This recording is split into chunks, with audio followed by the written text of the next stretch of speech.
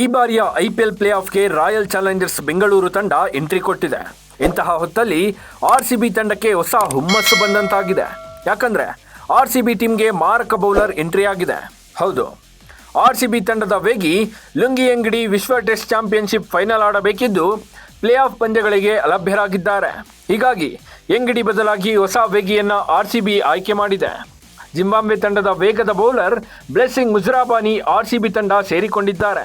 Play ಆಫ್ನಲ್ಲಿ ಜೋಶ್ ಹಜಲ್ವುಡ್ ಕೂಡ ಅಲಭ್ಯರಾದರೆ blessing ಮುಜರಾಬಾನಿ playing 11ನಲ್ಲಿ ಅವಕಾಶ ಪಡೆಯೋದು ಖಚಿತವಾಗಿದೆ.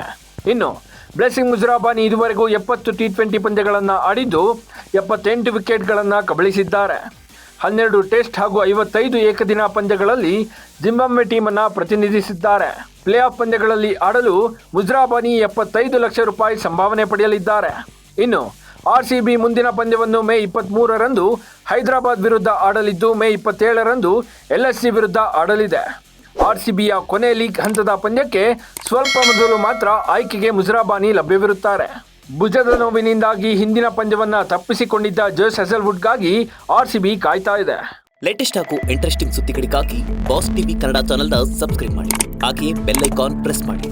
ಇದರ ಜೊತೆಗೆ ಫೇಸ್ಬುಕ್, ಇನ್ಸ್ಟಾಗ್ರಾಮ್, ಎಕ್ಸ್ನಲ್ಲೂ ಮಿಸ್ ಮಾಡದೆ ಫಾಲೋ ಮಾಡಿ.